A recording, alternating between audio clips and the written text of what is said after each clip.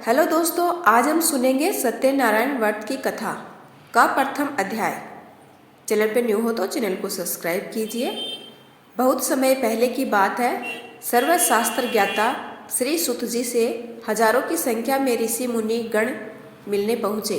वहाँ पहुँचकर सभी मुनियों ने सुत जी को नमन किया और पूछा, हे परमपिता, कलयुग के समय में ईश्वर की भक्ति के लिए मनुष्य को क्या करना होगा? कलयुग में उन्हें मोक्ष की प्राप्ति कैसे होगी? हे प्रभु, कृपया आप हमें किसी ऐसे तप के बारे में बताइए जिसे करने से मन की मुराद पूरी होने के साथ ही पुण्य की प्राप्ति हो जाए।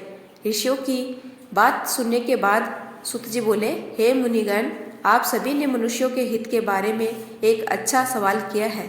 मैं आप सभी को एक ऐसे व्रत के बारे में बताऊंगा जिसके बारे में खुद लक्ष्मीपति ने नारद मुनि को बताया था। आप सभी व्रत को ध्यानपूर्वक सुने। एक बार नारद मुनि दूसरों के हित की अभिलाषा ली कई लोगों के भ्रमण पर निकले। इस भ्रमण के दौरान घूमते घूमते एक दिन वह मृत्युलोक यानी धरती पहुँचे। यहाँ नारद मुनि ने देखा कि सभी मनुष्य अपने कर्मों का फल भोग रहे हैं। इसके कारण सभी दुख से पीड़ित हैं।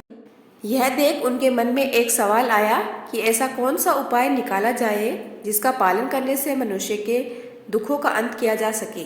अपने इस सवाल को लेकर नारद मुनि विष्णुलोक पहुंच गए।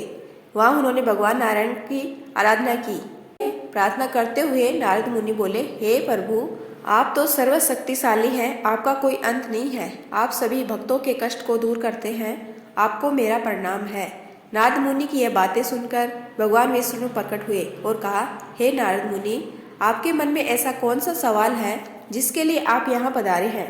परमपिता विष्णु की बात सुनकर नारद मुनि बोले, प्रभु, मर्त्युलोक में मनुष्य अपने कर्मों के दुख झेल रहे हैं। भगवान, आप अगर मुझ पर तनिक भी दया करते हैं तो कृपया करके मुझे बताइए कि मानव ऐसे कौन से काम करे जिससे उन्हें इस दुख से मुक्ति मिल सके। विष्णु भगवान ने जवाब में कहा, हे मुनि, मानव जाति की भलाई के लिए आपने एक अच्छा सवाल किया है। मैं आपको वह बात बताऊंगा जिसका पालन करने से मनुष्य का मोह से नाता छूट सकता है। इतना कहने के बाद भगवान विष्णु ने व्रत के बारे में बताना शुरू किया। उन्होंने कहा, स्वर्ग और मृत्यु दोनों लोकों में एक ऐसा व्रत है जिसे करने से पुण्य की प्राप्ति हो सकती है। उस व्रत का नाम है श्री सत्यनारायण भगवान की पूजा। इस व्रत को पूरे विधि विधान से जो भी करेगा उसे सुख और मोक्ष की प्राप्ति होगी। विष्णु भगवान से इस व्रत के बारे में सुनते ही नारद मुनि ने फिर पूछा, हे ईश्वर, इस व्रत को करने से कौन सा फल मिलेगा और इससे करने की विधि क्या है? इस व्रत को सबसे पहले किसके द्वारा किया गया था और इस व्रत को किस दिन करना शुभ होगा? प्रभु, आप इन सभी सवालों के जवाब दें। नारद के सवालों का जवाब देते हुए भगवान विष्णु कहते हैं, दुखों को दूर करने वाले इस व्रत को करना बहुत आसान है।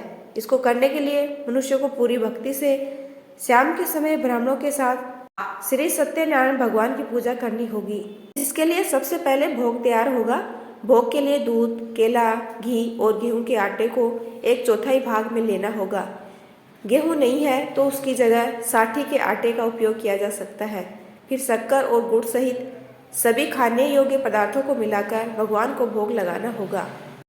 व्रत रखने वाले को भजन कीर्तन का आयोजन करना होगा। भक्ति में लीन होकर भगवान सत्यनारायण की अर्चना करनी होगी।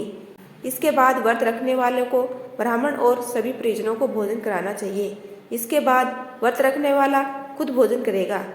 इस तरह पूरी विधि विधान के साथ सत्यनारायण भगवान की पूजा करने से मनुष्य की हर इच्छा पूरी हो सकती है। साथ ही यह कलयुग में मोक्ष प्राप्त करने का एकमात्र सरल उपाय है।